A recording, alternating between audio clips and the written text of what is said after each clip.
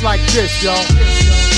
In your mind, I walk in with words that scorch, and the impact is awesome, verbally extorting every cell in your brain till the message is retained. The illest finally became, the rest sound the same. Synthetic, cosmetic, the game smooth-fetted. To 85 and streetwalkers thinking they riders, and then you got the riders to tell you what hood is.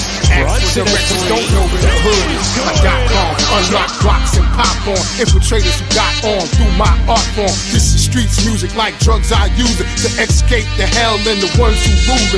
With children kill children and project buildings over chemicals that made the government billions. Meanwhile, I'm watching who's scheming and plotting on my bank account and the jewelry I'm rocking. Sneakers stay clean, I push big machines, oversized rims and mini plasma screens. I conversate with teams and tell me what they seen. The hot shit on the scene is gangsta extreme.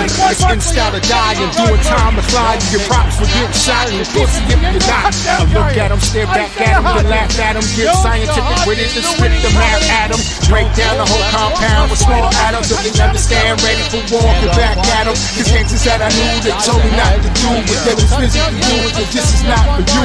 Cause they saw my future, I was like a computer being programmed with data from legends that live major. And this is what I made of, my mind stays in a state of 9/11 related, survival orientated to keep me situated when drama escalated. I thank God I made it, cause many did not make it, and all my eyes. What's good, Giants Nation? What's going on? This is your boy S. Scott, and welcome to another episode of the Man-Cave podcast. And for new subscribers, please, if this is your first time to this channel, please hit that like and subscribe button. If this is your first time. And on this episode, we're going to be talking about New York Giants OTAs, of course, Saquon's contract, and also the draft, just to bring you back up, because this is my very first episode of New York Giants. So I just got to catch up on everything. Also from the draft and also the playoff. So without further ado, let's get it. You know what I'm saying? So first things first is like, the Giants had a new regime last year. Joe Shane and Brian Daboll came in. And of course, like everybody else, we was all skeptical because, first, this is their first job, first head coaching job, first front office job. So we didn't know what to expect. But like I said, they came in, the front office came in with their hands tied. We had a salary cap. We had to clear some cap. We had to clear like $40 million in salary cap, to get it down to, to the NFL standard for the salary cap to go into the season. So right there off the bat, we had to cut some players that we really didn't want to cut. One of them being, the cornerback was James Bradbury. That was a dude that we could have used.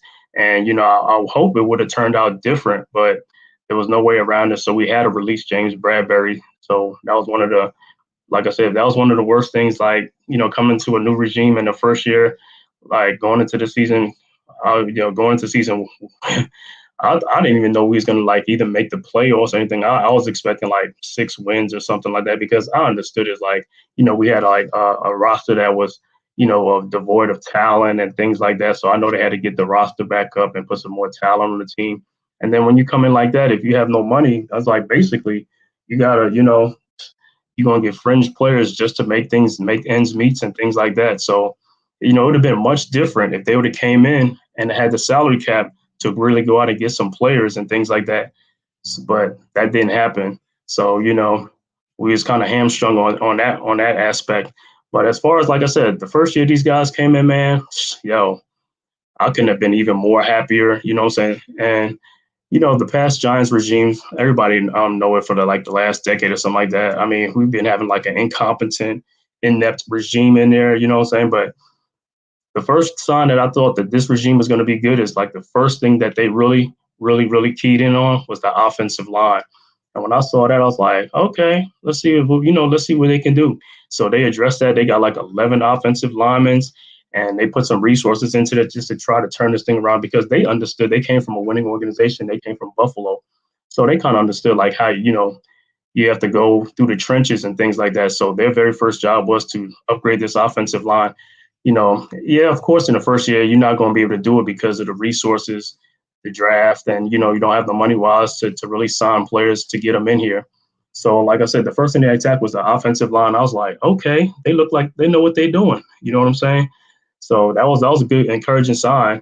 And then after that, like I said, They had to cut Bradbury. We had to get the salary cap down. We had to sign some guys, just to feel the competitive team out there on the field. So, I was like, okay, let's see what they can do, you know. And I mean, to our surprise, I mean, to a lot of Giants' surprise, we went 9-7. We had a great year.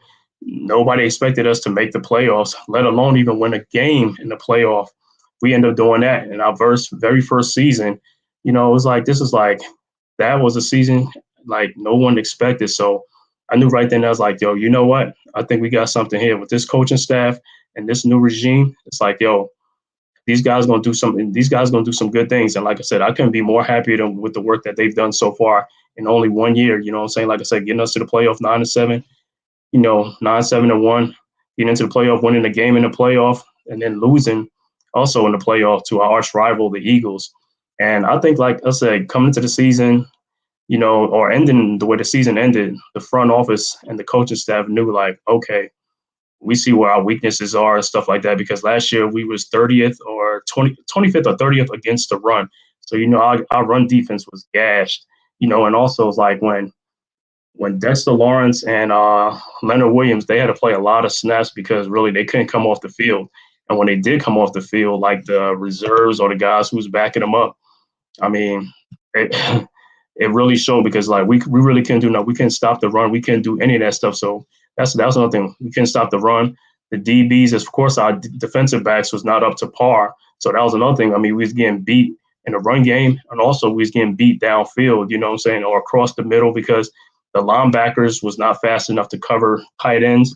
They weren't good against the run. So that was another thing that hurt our defense, was the linebackers, because they couldn't stop the run. I mean, the defensive tackles up there, like once they got past them, the linebackers were supposed to come in there and clean it up, fill in those gaps. And they wasn't doing that. They wasn't filling the gaps, So what ended up happening? Julian Love, our safety, ended up being like, I think he led us with like 120 some tackles. When your safety has a lot of tackles, that means a lot of runners are getting to the third line of defense, and that's not supposed to happen. So this front office, like I said, after that loss to the Eagles, they put on their caps. They's like, you know what?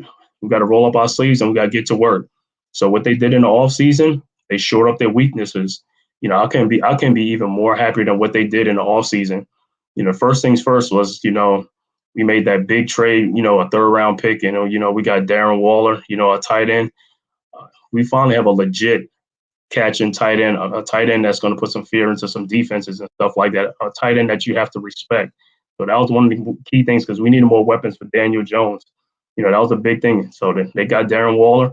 And also in the offseason, they was able to sign Ashawn Robinson and also Raheem Nunez, Roches. These are guys like, they're known for like stopping the run. They run stoppers and run stuffers, however you want to say or call it. So those are two key signings that we really needed. And like I said, it didn't even break the bank, which is a great thing, because we needed depth, to spell Dexter Lawrence and Leonard Williams. So that was a great signing. But the big signing also in free agency was the signing of linebacker from the Indianapolis Colts, Bobby Okereke. He led the Colts last year in tackles. I think it was around like I want to say 151 tackles. So he's a physical linebacker that's going to get in there and stop the run, make tackles and things like that. And that was part of one of our biggest problems last year, was tackling. So I see like they addressed that need during the offseason, with guys who could tackle, physical, things like that. And also, so those are like three big ones. And then also they signed like for depth for the cornerback position. The DB position was Amani Oruwariye. They signed him from the Lions. They also got a safety. They signed from the Commanders, which was Bobby McCain. So I can be more happy with free agency. Even with, like I said, we really didn't have that much money to go out there and sign some big name free agents. So what we did have, we made the most of what we had, which was great. So I couldn't even complain with them. Like I said, these guys know what they're doing.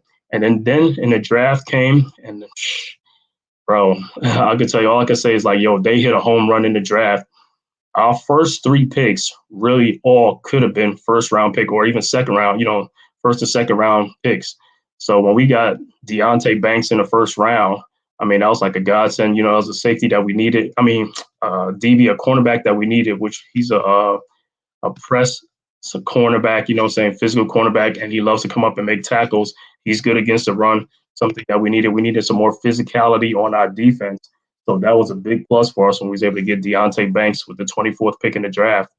Then we turn around, and in the second round of the draft, we got our center of the future, hopefully who could be here for the next 10 years and solidify that center position for us, which was John Michael Schmitz, the center out of Minnesota.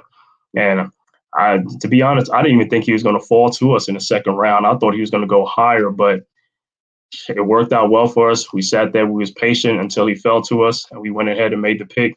So we secured that. We secured our center because on the offensive line, everybody knows the one constant on the offensive line and the one guy who you can trust is Andrew Thomas, the left tackle.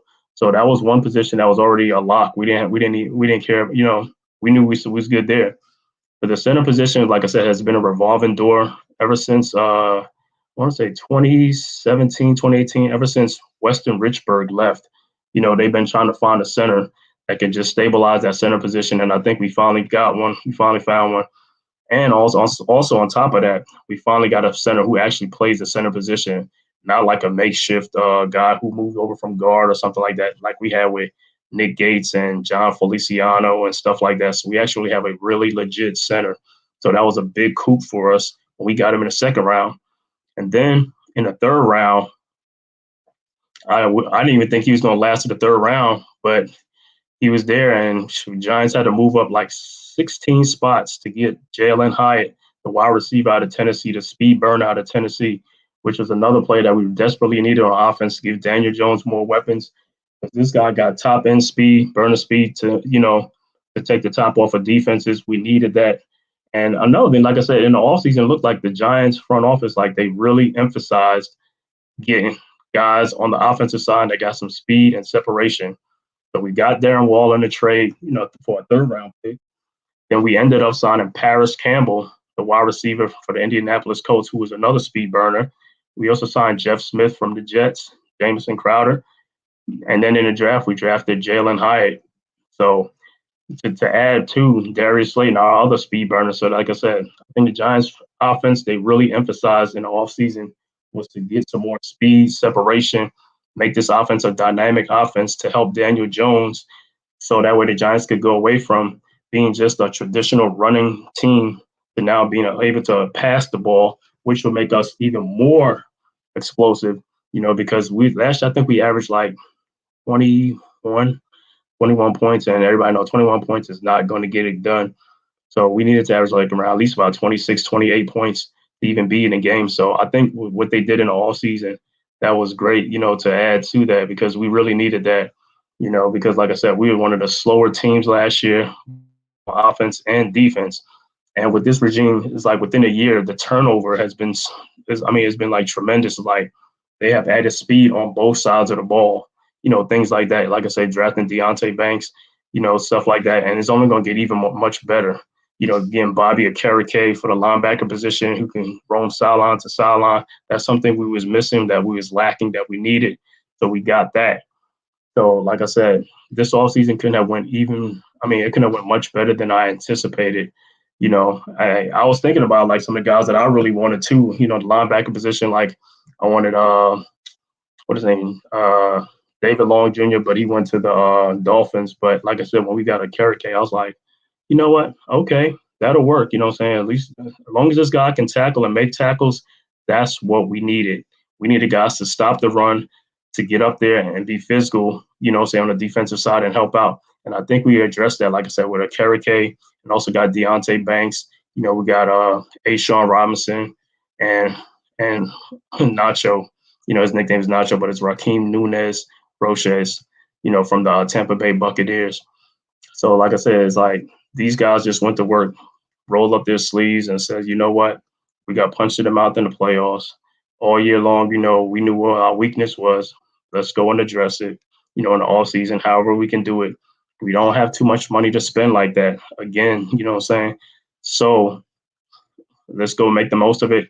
And also, some of the money is because like we had to re-sign some of our own free agents. Like I said, We re-signed Daniel Jones to a 4-year, $160 million contract, only $82 million guaranteed on the first 2 years of the contract, which is great.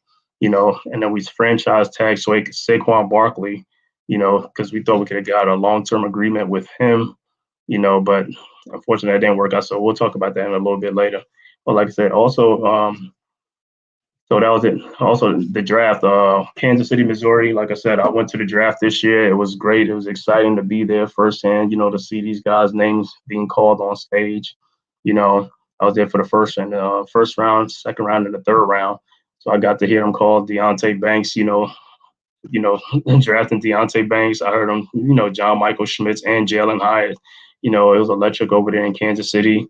It was like over 100,000 people over there. It was just a great atmosphere, to be in. If you ever do go to an NFL draft, if you haven't been to one, just go to one and, just feel the excitement and all stuff. It's an experience like nothing else. I went there with my good buddy, King J Force. We was there. We had a good time with the draft. He's a Raiders fan. So, of course, he liked his Raiders selection and things like that, but as far as, like I said, with the OTAs and stuff like that, the rookie OTAs and things like that, and, some of the vets and stuff like that early on, OTAs early July. But some of the things I saw in there, of course, the big thing, Jalen Hyatt, everybody wants to know, like, is he only got speed? Can he run a full route tree and things like that? So those are some of the questions that people have for him. And some people say that's why he slipped in the draft to the third round, because they don't know if he could run a full route tree. All they know he could do is he got speed. He's a speed burner. You know what I'm saying? So only time will tell. Like I said, I'm happy for it, like I said, because we needed somebody like that. We needed somebody to blow the top off, to keep defenses honest, and like I said, the moves that we made, I'm happy because, like I said, I think out of all the teams in the NFL, the Giants saw the most stacked box in the NFL. It's like every week it was like a stacked box to, stop the run, Saquon, Daniel Jones. And, like I said, them guys still performed, So with these new guys and these new weapons, like I said, it's going to be even more fun. It's going to be much better because now you won't see as much stacked box because now you have to respect, some of the receivers, even though it's like not a household name. But when you got speed on there, speed kills, you know what I'm saying? So you can't just come up and, stop the run because you might get beat with a slant or you might get beat, behind the defense over the top. And also Darren Waller. Now with Waller now, it helps because now you have to get a safety and you got to get some DBs over there or linebackers over there towards him, for attention. So now that takes away from the box. So now the box is going to be even less of a, like a stacked box because you have to respect Darren Waller. He is a threat. And that's another thing. Is like the more playmakers and the more threats you get, the better your offense is and the more open it is. And like I said, it'll be much better for Daniel Jones and Saquon Barkley, to operate this year. So as far as like the OTAs, I saw some like, clips and things like that of, Darren Waller catching passes, Jalen Hyatt, running some routes, things like that, getting open, getting some, long touchdown runs, which is great. Also I got to see the running back from Oklahoma, Eric Gray. That'll be good too. He was a playmaker at Oklahoma. So, and we got him in the fifth round. That was another thing. We got him in the fifth round. I think he should have went in the fourth or could have snuck in the third, but he went in the fifth round. So that was another big gift for us. Like I said, overall, like I said, I graded our draft class this year. I gave the Giants an A to an A plus. Like I said, there's no way you could tell. If you had told me before the draft that we would have been able to get 3 possible first round picks in the first 3 rounds, I'd have said you're nuts or something like that. There was no way. But like I said, I was so happy with the way the outcome turned out. We got the cornerback we needed. We got the center we needed. And we also got the receiver, the receiver that can stretch the field and, and blow the top off. So those are 3 big accomplishments. And also we got the running back, a backup running back like Eric Gray. And then also we got some safeties, Trey Hawkins the third, and also Javarius Owens, in the 7th round. And we got another defensive tackle, Jordan Riley out of Oregon, another big guy, for run stuff up, to clog up the middle. So that was great, man.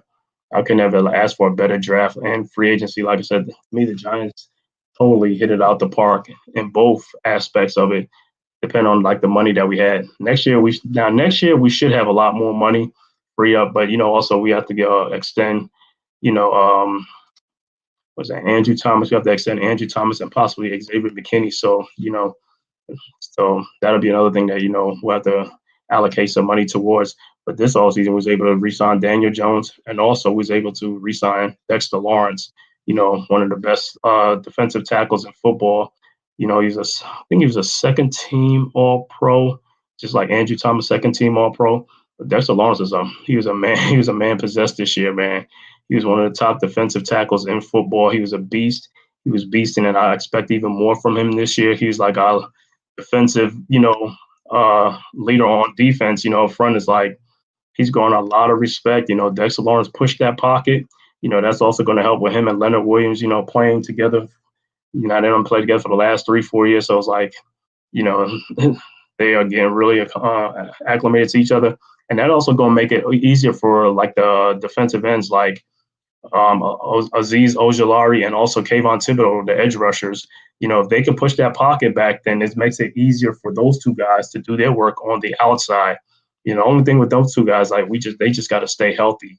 That's the only thing with them is health.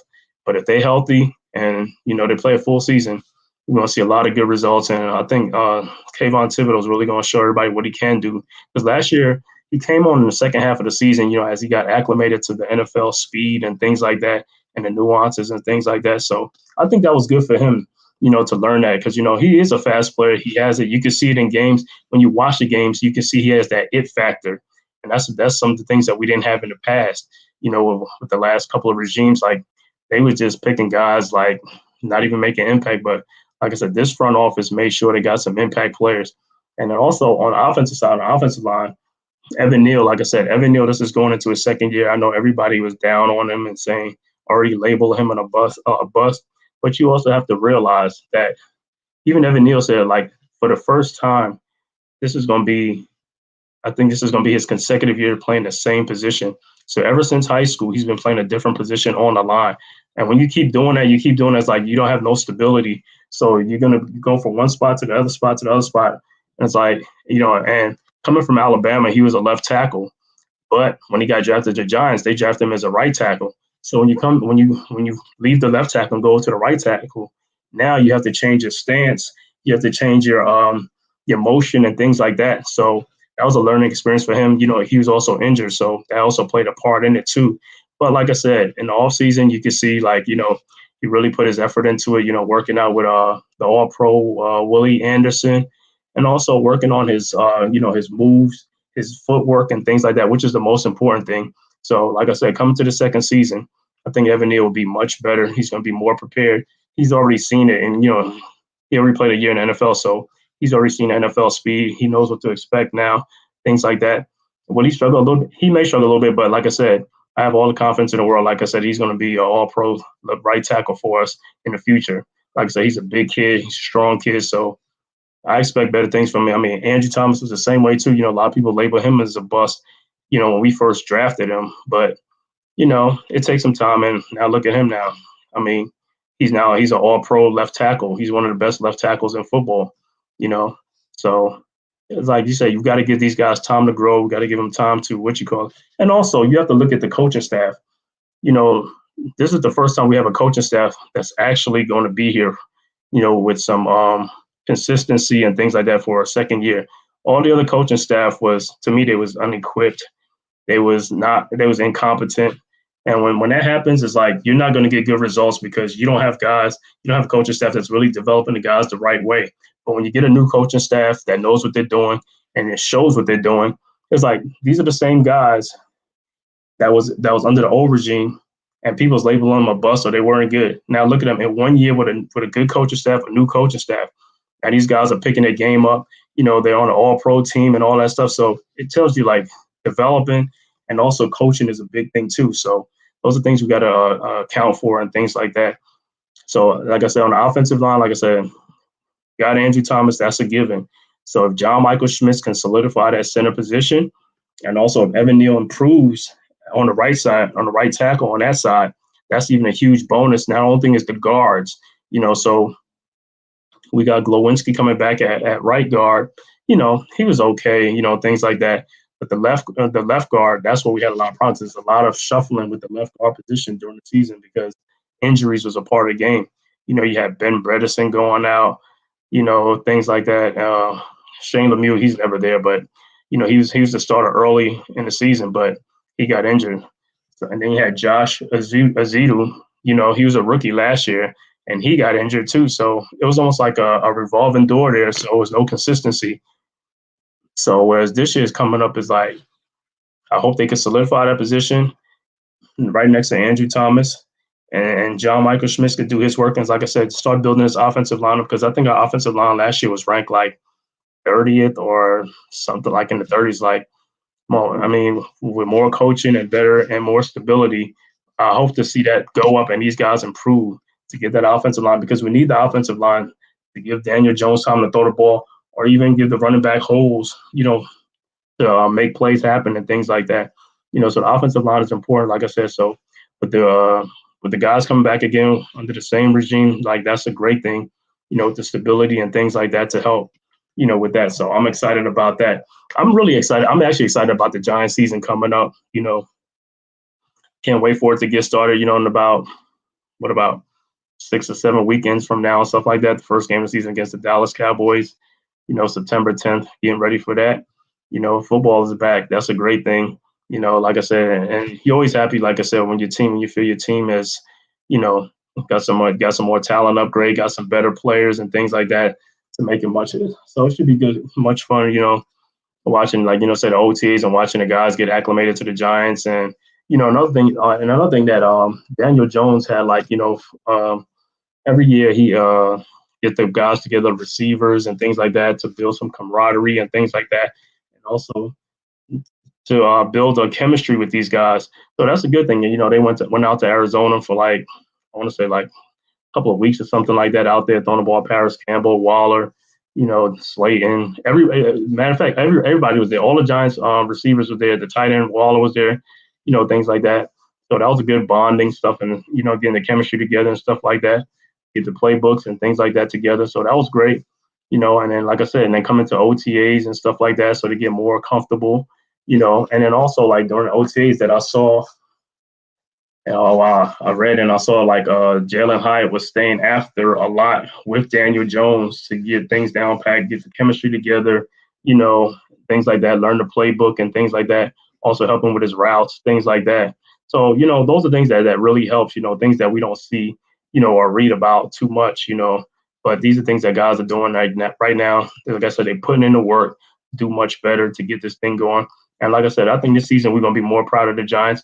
Yeah, they have a tough schedule. I think they got I want to say like the 8th toughest schedule, but the talent that we have upgraded and things like that, we should be much better and we'll be ready. Last year we caught teams by surprise. This year we're not going to catch nobody by surprise. So everybody's going to be ready. So we got to be ready to go out the gate.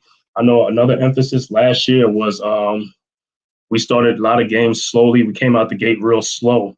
And I know that was a big emphasis by Mike Kafka in the offseason, try to speed up the offense, get these guys out. And that was another thing I think is because last year we didn't have the good receiving core. So sometimes when you don't have a good receiving core and the receivers don't separate or they don't have too much speed like that, it's almost like it's a timing play. So the timing be off. It's like, you need more time. It's like for these guys to get into their routes or things like that and that those things off. But now with this year, like I said, and that's why they emphasize speed and separation. So that way they give the quarterback quicker time to throw the ball, and these guys are going to be in their routes and they're going to be ready to receive the ball and things like that and help the offense. And also they could turn a small game, small catch into a big game, especially if you're catching a pass over the middle like a slant or like an out or something like that. Like I said, with these guys' speed, they're going to be in space. So when they catch the ball, they can just dart upfield, do what they got to do, yards after the catch, things like that, So that'll be great. But like I said, I know the emphasis was this season, coming to the season for the offense was to start faster because a lot of times last year in the games, we started off very slow. We wasn't scoring no points in the first quarter. We had to score points in the second quarter. And, we was going some 3 and outs and stuff like that. So I think that was the emphasis to give Daniel Jones more weapons, and also another thing is like the Giants, for Giants for the last, I'll say 4 or 5 years, they've been known as a running team. And I think this year the Giants are trying to go more from a running team to a passing team. That's why, like I said, they're trying to upgrade the talent in the wide receiver position and stuff like that. And eventually we're going to get there. We're going to slowly transition from a running team to a passing team, to be making more balanced. Because as you saw last year, in the beginning of the season, we were more of a running team. We relied on Saquon. But by the middle part of the season towards the end, that's when we started like going more towards the pass, and we passed more in the second half of the season. Some people say Saquon was worn down, but I don't think it was. I think it was just like they wanted to do that just to give the balance so that we won't be so reliant on one aspect of the game, which is good, and we needed that. So, on the offensive side, like I said, that was our main thing on the offensive side, was to get more playmakers, get more guys in space, things like that to open up the offense. And also not to be more, also so we won't be predictable and things like that. So teams don't know exactly what's coming at them. They could see some things, but now it's a little bit different now when you got some receivers that actually got some speed.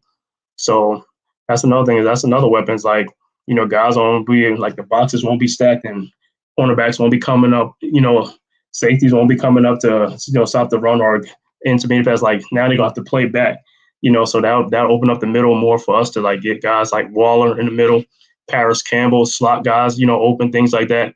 So that should be fun. And then on the defensive side, like I said, our physicality as far as like the run defense was lacking. And so a lot of teams took advantage of that too. They had some big games, like over 200 and something yards rushing, 180 yards rushing. And you're not going to win too many games like that, because then that means your defense is on the field a lot and your offense is hardly on the field. So our defenses got worn down because of the run, things like that. They couldn't get off the field on third down. But now this year, when you got guys that can stop the run, so now you go, and which is a good thing, because now you want to make teams one-dimensional. Like, okay, we're going to take away one aspect from you. Stop the run so you can pass the ball. Now you pass the ball. Now you got better DBs too. You got Dory Jackson on one side, and you got Deontay Banks on the other side, which I expect him to win that position, Deontay Banks. And then, like I said, you got Amani Oruwariye from the Lions and things like that. So I can see the Giants going to some five DBs or something like that in some plays, because Wink Martindale, he loves to blitz. The Giants were the most blitzing team on defense. And when you blitz, what happens is when you blitz a lot, you're going to leave a lot of cornerbacks on the island. So if you have more cornerbacks out there sometimes, then it's even better, because, like I said, those guys are faster, so they can cover more grounds and things like that, which is better for us. So our main thing last year, like I said, was stopping the run and tackling. And I think they addressed that in the offseason, like I said, with Okereke, the linebacker from the Colts, and also Deontay Banks, the rookie out of Maryland, the DB that we picked in the first round. And also, like I said, with Ashawn Robinson, the guys up front. So hopefully those guys up front, will stop the run up there in the beginning, before they get to the second line and to the third line, which will help out a lot, So like I said, the front office rolled up their sleeves. They saw where we were lacking at, things like that. They addressing it. And little by little, they putting this team together, again, more talent on this team, which is a great thing. Actually getting some real talent, on this team, because, like I said, the past regime, these guys are just picking players, and before we know it, it's like them guys wasn't playing. They were out of the league, and also free agency was like one of the worst, because we was just signing guys to like contracts like Nate Solder, Patrick Omama, people like that, Kenny Galladay, these guys that really were big contracts that was draining our salary cap. And that was another thing. You looked at last year, Kenny Galladay, the signing that we had from a couple of years ago. When this front office came in and this coaching staff came in, they wasn't putting up with all that lackadaisical effort and things like that. If you wasn't helping the team and things like that, you weren't playing, regardless of how much you got paid. And that showed from the very beginning with Kenny Galladay. It's like he was getting benched. They wasn't even going to him. I think it came to the point where out of 17 games, I think he only played probably like 5 or 6 games, because they was like having him like on the bench, or they'll have him come in for like one play, and that's about it. I mean, he caught his first touchdown like the last game of the season, I believe, against the Eagles, and that was it. That's his whole Giants highlight for 2 or 3 years he's been here. For $72 million, we paid for one touchdown, but there goes again. I mean, that was a bad signing, because Kenny Galladay basically is a a jump and catch guy. He just jumps up and catch the ball. That's not what we needed. We needed a number one wide receiver that can get separation guys. And his route running was flawless, and we didn't have that Kenny Galladay. He was just a jag, just another guy. You can't just be signing just another guy and giving them like a wide receiver one money when they're not a wide receiver one. And that was one of our biggest, mistakes. But that was, like I said, that was the past regime. This regime came in, they rolled up their sleeves, they cleaning up the mess, and like I said, they got us headed in the right direction. So I'm happy. Like I said, the Giants. I can't say enough about this front office. I'm happy with what they're doing. I'm happy with what they've already done, and I'm happy with what they're going to do going forward. Like I said, it's only going to get better from here because, like I said, next year we'll have more money. We'll have another draft to replenish more talent and upgrade the talent. That's what we want to do that, so that way we can close the gap in the division with the Eagles, the Cowboys, things like that, because it's very important when you're trying to change the culture, which we are starting to do. We're trying to change the culture of the team. And in order to do that, the first line of business is your division. So we have to get much better in our division because for the last, I want to say 7-8 years, we've been getting swept by the Eagles, the Cowboys. I mean, Washington is like the only team that we really have competed and beat, what I'm saying? So it's almost like every year, in order to be good, you either got to go 500 in your division or you got to go 4-2, something like that. But you can't go 2-4 or 1-5 every year in your division. That's not going to cut it. And that's why we've been having losing records. Once you start winning in your division and start beating the teams, in your division, now you're starting to really pick your game and pick the level of competition goes up. Now you get much better. Also, you're going to end up getting in the playoffs a lot more if you start winning in your division and having a good, having an over 500 record in your division. So that's another thing. Like I said, with this regime coming in there, we're closing the talent gap. It's not there yet, but we're building it slowly but surely. Right now it's like the Eagles is up there and then the Cowboys, but I really feel like we were right there with the Cowboys and we're not too far. So, I can't wait for that first game of the season. Everybody be excited for it. Football be back. I'm saying the Giants will be back, trying to do our thing. I'm saying it's like changing the culture here is, it's actually refreshing, that the Giants are even being competitive right now after the last two regimes that we had. So it's been real good. But like I said, and of course, the big news was yesterday, for the deadline for Saquon Barkley and the Giants to come to an agreement with the contract. And I'm gonna be honest. I mean, I'm like a little disappointed, what I'm saying, because I really do like the players, and I'm always for the players to get their money and things like that. And I know like everybody's saying like the NFL, they devaluing the running back position, which is kind of tough because these guys are the cowbells, and people can say what they want to say, but these guys are putting their bodies on the line and all this stuff, getting carries and stuff like that. Their position is valuable, even though the NFL owners are trying to devalue it, which I don't agree with. But, and like just like I was talking with my friend today, it's just like, and everything is like, in sports is like, when the league shift or go into a different facet, like, back in the day, football was more about that physical running type. If you had a physical team, like a running team, you was winning a lot of games because that means you can pound these teams and you can keep them off the field and you can win a lot of games. Now it's almost like it's going to not a physical game, but like a finesse game because it's more of the air attack, the air raid, because they want shootouts. They want higher scoring games. They don't want no low scoring games. They don't want no 17-14 or 13-10 games. They want to see like 38-32 games, 38-31, 31-24. They want games like that because they, and that's why they made a lot of rules that you can't touch players at a certain position, at certain yards and stuff like that. So that way they can open up the game more. And, when that happens, it's almost like they devalue a position like the running back position because they're telling you like, okay, well, we really don't need you that much. Your position ain't as much. We're more about the quarterbacks and the wide receivers and things like that. You guys are like, your position is going down because we're going more for the passing game instead of the run game. But in all essence, that's not true because in the playoffs, even when you get a big lead and stuff like that, you want to go to the run game so you can eat clock and shorten the game. Everybody knows that. So you need a good running game. If you don't have a good running game, you're not going to do that. You're not going to be able to shorten the game and eat clock because then you're going to get stopped. Then it's going to turn to a waste of downs. So it's like a double-edged sword. But as far as the Saquon thing, like I said, I was the most disappointed because, like I said, the Giants and Saquon had like 8 months to get this contract together because it started during the in November during our bye week during the season that they first talked about the contract. From right there, like they said, from November until now, I think they should have come up with something, you know, and all the stories are conflicting as far as the guarantee money and the annual, the money per year, which I always thought it was always the guarantee money because everybody who knows football knows. I mean, yeah, they could tell you that you're getting like 12 million a season, but it's more of the guarantee money, what you're getting guaranteed. You know what I'm saying? That's what the players go by, the guarantee. And I think on Saquon's agent, and I don't know if this is true or not, but if I was Saquon's agent in November and I know like the franchise tag is 10 million this season and it's 12 million next season, I'm gonna start with 22 million guarantee. That's where we're gonna start from. I think if they had started from 22 million guarantee from there, I think they would have got a deal done. Be like, probably go to 24 million and that would have been it, but I don't know what happened or how it happened, but it's like they never could come up to a agreement.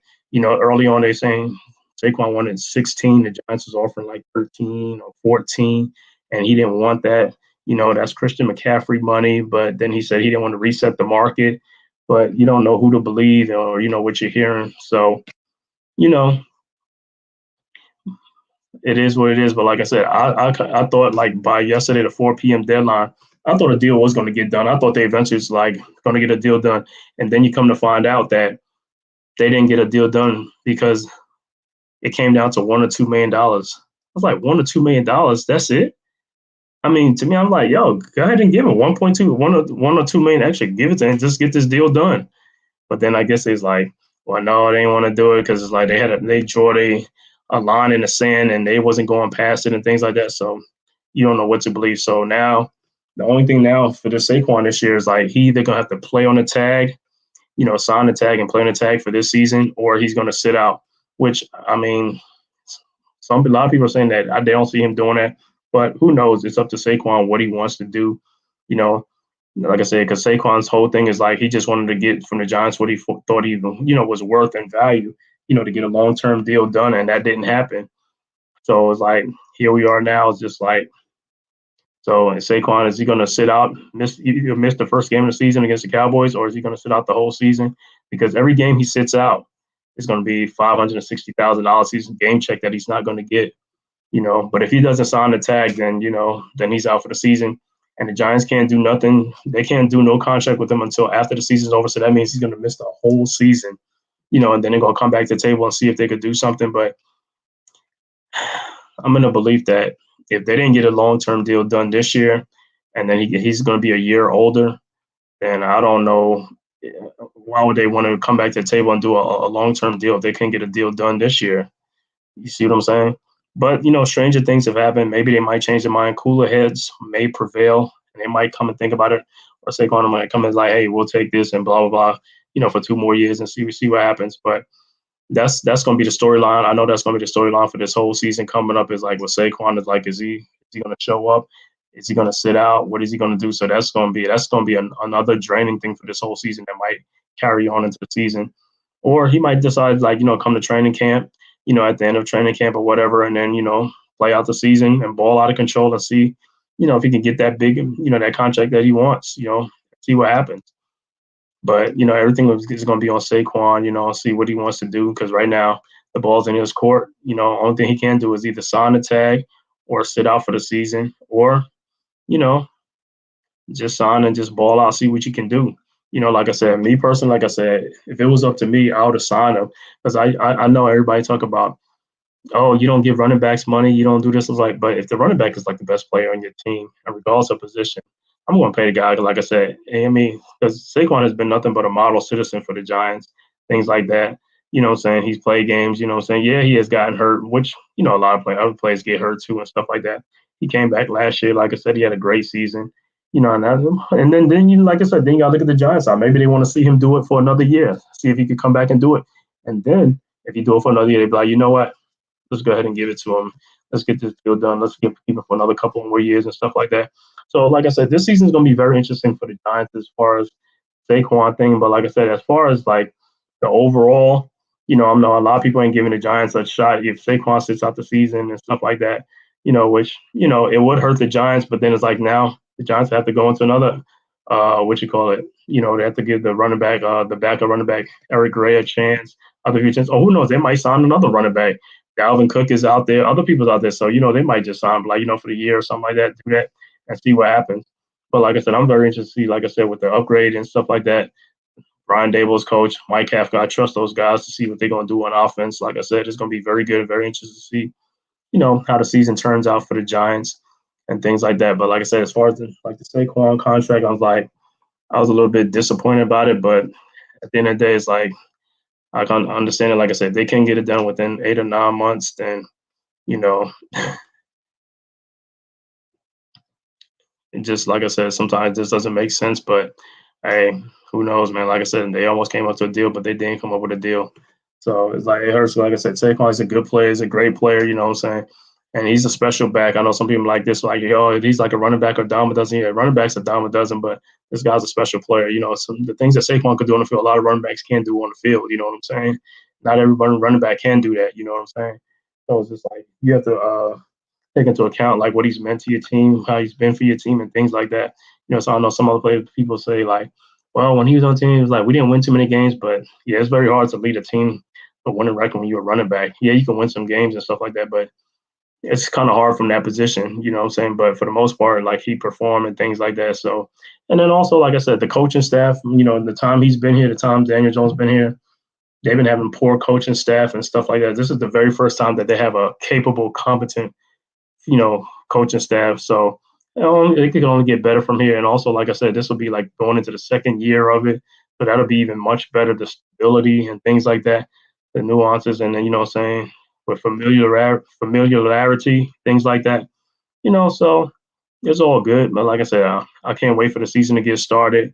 And I know they got I think 3 or 4 preseason games, which you really ain't going to see too much in there because usually in the preseason games, teams like they're gonna do a vanilla. They're gonna go vanilla. You ain't gonna see too much. You ain't gonna see. And so, some people like, man, this team look the same. They ain't doing nothing. It's like, bro, they gonna look vanilla. They ain't doing nothing. You can't put no stock into the preseason. You know what I'm saying? Until you see the regular season games and see, you know, which it should be good. But yeah, but like I said, as far as the Giants OTAs with the rookies and stuff like that, getting acclimated, which is a great thing.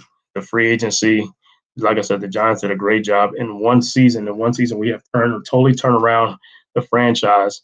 Going from a losing franchise to a franchise that was in the playoffs. So that's a great thing. Now, what I'm saying? Now we just got to keep it going. We got to upgrade the talent, do a little bit more, things like that. But like I said, when more money opens up, more opportunities arise, and also great decision making. Because just because you got money doesn't mean that you have to overpay for people. You have to get the right people, the people that fit your team, that fit your system, that fit your scheme. That's what you got to go for. Guys is going to perform also. You can't just sign guys to outlandish contract and then they come here and then they be a flop. So but like I said, I believe in this franchise. I believe in this front office and things like that. So we'll see what happens with the Giants going forward this season. But like I said, I'm very excited about this team. I'm very excited about the future. And like I said, I couldn't be more happier. Like I said, this year, like I said, was a great year. Hopefully this season coming up is going to be a great season. Hopefully we take the next step up and advance more and things like that. So we just have to wait and see. But like I said, that's all for right now. It's like you could catch us next time. Like I said, right now is the summertime, but during the regular season, like I said, when football season comes up, when the Giants season come up, I'm gonna be on here like Tuesdays and Thursday, and I'm gonna do some. Also gonna do some going live like right after the game, the recaps and things like that, because I know people gonna want to get things off their chest. I want to get things off my chest to see, what I'm saying, what happened in the game and things like that. So yeah, so I'll be on here some Sundays too, like right after the game to do some live shows and recaps and things like that. So everybody can vent and get their frustration out. Or I can vent, get my frustration out and what happened and what didn't happen and things like that.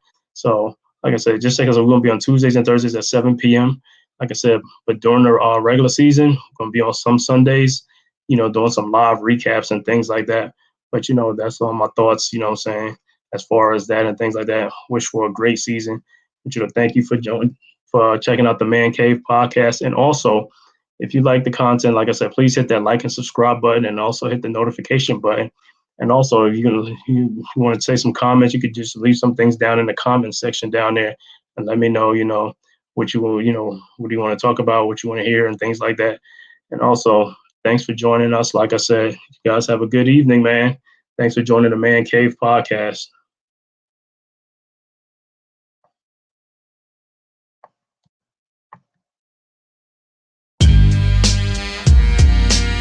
It's like this, y'all. In your mind, I walk in with words that scorch, and the impact is awesome, verbally extorting every cell in your brain till the message is retained. The illest finally came, the rest sound the same. Synthetic, cosmetic, the gang spoon-fed it to 85 of streetwalkers thinking they riders. But then you got these riders that tell you what hood is. Ask for the rest who don't know where the hood is. I got calm, unlock blocks and pop on infiltrators who got on through my art form. This is streets music, like drugs I use it to escape the hell and the ones who rule it. With children kill children and project buildings over chemicals that made the government billions. Meanwhile, I'm watching who's scheming and plotting on my bank account and the jewelry I'm rocking. Sneakers stay clean, I push big machines, oversized rims and mini plasma screens. I conversate with teens and tell me what they seen. The hot shit on the scene is gangsta extreme. It's in style to die and doing time to fly. You get props for getting shot in the pussy if you're not. I look at them, stare back at them, then laugh at them, get scientific with it, then spit the math. Atoms, break down the whole compound with small atoms. If they understand, ready for war, get back at them. Cause gangsters that I knew, they told me not to do what they was physically doing. Cause this is not for you. Cause they saw my future. I was like a computer being programmed with data from legends that live major. And this is what I made of. My mind stays in a state of 9/11 related, survival orientated to keep me situated when drama escalated. I thank God I made it cause many did not make it. And all my eyes see is what could have been me. A high school